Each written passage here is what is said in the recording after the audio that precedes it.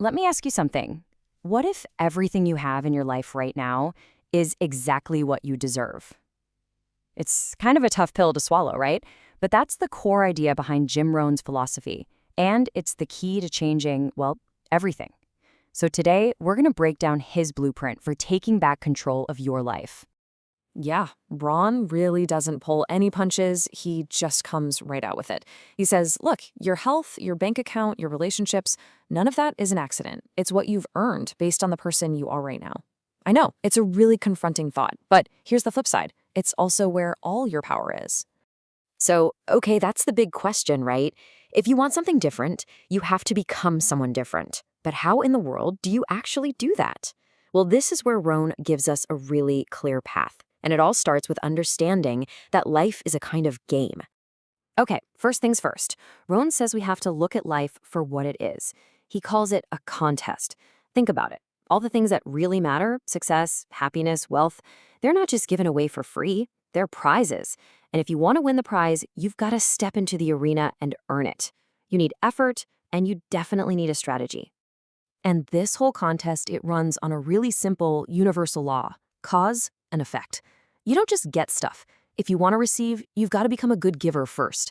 You don't just trip over amazing ideas. You find them because you were actually looking for them. The action, it always has to come before you see the result. No way around it. Okay, so if action is the key, where does the action even begin? Well, for Rohn, every single meaningful change in your life starts with one thing: a powerful new idea. And you know what the best part is? The ideas you need, they're literally everywhere. They're all around you, just waiting for you to go out and hunt for them. I mean, check this out. Think about Andrew Carnegie. The man built thousands of free libraries, right?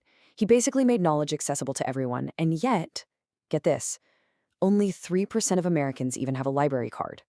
How much does it cost? Nothing. It's free. The ideas are sitting right there on the shelves, but most of us would just drive right past. It just proves Ron's whole point. You only find what you're actively seeking. Ron had this absolutely brilliant analogy for this. He said, imagine your future. Everything you've ever wanted is locked behind this giant vault door. It's not locked forever, but you need the combination to open it. So what's the combination? It's simple: a series of ideas. So maybe you go to a seminar, or hey, maybe you're watching this right now and click, something just makes sense. A new insight hits you. Boom. That's the first number in your combination. Then, maybe you're just driving, listening to a song you've heard 100 times. But this time, one of the lyrics just hits you differently. Click. There you go. That's the second number. Or maybe you're watching a movie and a character says one line, just one line, that completely reframes how you see things. Click. And another number falls right into place. See? The key is that these ideas can come from anywhere, but only if your antenna is up, only if you're actually looking. And here's what's so cool about this. You might already have, say, 5 of the 6 numbers you need. You're not starting from scratch here. You could be just one single idea away from that lock springing open and your whole world changing. But look, once you have that combination, you still have to actually turn the handle, right? Finding the ideas, that's only half the battle.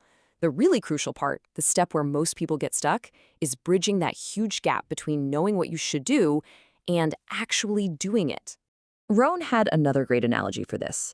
He'd say, imagine somebody goes out and buys all the materials to build a house: the lumber, the sand, the windows, everything. And they just dump it all on a piece of land. And for years, they just let it sit there. They never start building. You'd think they were nuts, wouldn't you? Well, that is exactly what so many of us do with knowledge. We just keep piling it up, collecting it, but we never use it to build anything. So how do we actually start building? It all comes down to a mindset shift. You have to stop thinking of self-education as an expense. It's not something you cut from the budget. It is the single greatest investment you will ever make.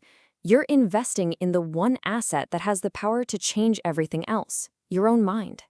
And Rohn was really specific about what this investment looks like. He broke it down into 3 things. First up, money. You have to deliberately set up a fund for your education, for books, for courses. His rule was simple: don't spend more on fun than you do on your own education. Second, time. This is the big one. You can always make more money, but you can't get more time. It's your most valuable asset. And finally, number 3, effort. We're not talking about casual scrolling here. We're talking about serious, focused study. That's the kind of effort that opens the floodgates and lets those life-changing ideas pour in.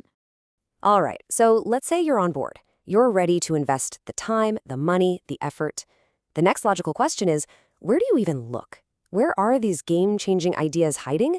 Well, Ron says there are 2 huge sources of wisdom, and they're available to every single one of us right this second. The first source is your own life. You have to become a student of your own past. Start a journal, replay your successes, figure out why they worked. But even more important, you have to dissect your failures. Your mistakes are your greatest teachers. The second source, other people's lives. Read biographies, listen to their stories. You'll find a complete goldmine of lessons, either incredible examples of what to do, or, just as valuable, powerful warnings of what not to do. And what's the simplest, most powerful way to learn from other people's lives? It's simple. Reading. Rohn was crystal clear on this. He said it was a non-negotiable trait. Every single successful person he ever met was a reader. Why? Because they all shared this unstoppable hunger to just know more. Now, you don't have to quit your job and move into a library, okay? The starting point is so simple it's almost deceptive, but it's incredibly powerful. Just 30 minutes, that's it. 30 minutes every single day. You just have to carve out that little chunk of time to read something or listen to something that stretches your mind. That right there, that's the start of a revolution in your life. And just how important is this little daily habit? Well, Rohn put it pretty bluntly. He said, miss a meal, but don't miss your 30 minutes. Think about that. He's saying ideas are more important than food. Why? Because we don't just live on bread alone, right? Ideas, inspiration, knowledge, that is the food for your mind. And a well-fed mind is the only thing that can create a truly prosperous life. And this all brings us to the one final, killer question that completely turned Jim Rohn's life around. So the story goes, he's 25 years old, he's broke, he's frustrated with everything, and his mentor looks him right in the eye and asks, Mr. Rohn, you've been working for 6 years now. How come you don't have more to show for it? Who sold you on that plan? So I'm going to leave you with that exact same question. Just take an honest look at your life right now. Look at your results, your bank account, how you feel when you wake up in the morning, and ask yourself, whose plan have you bought into? And the most important question of all, is it working?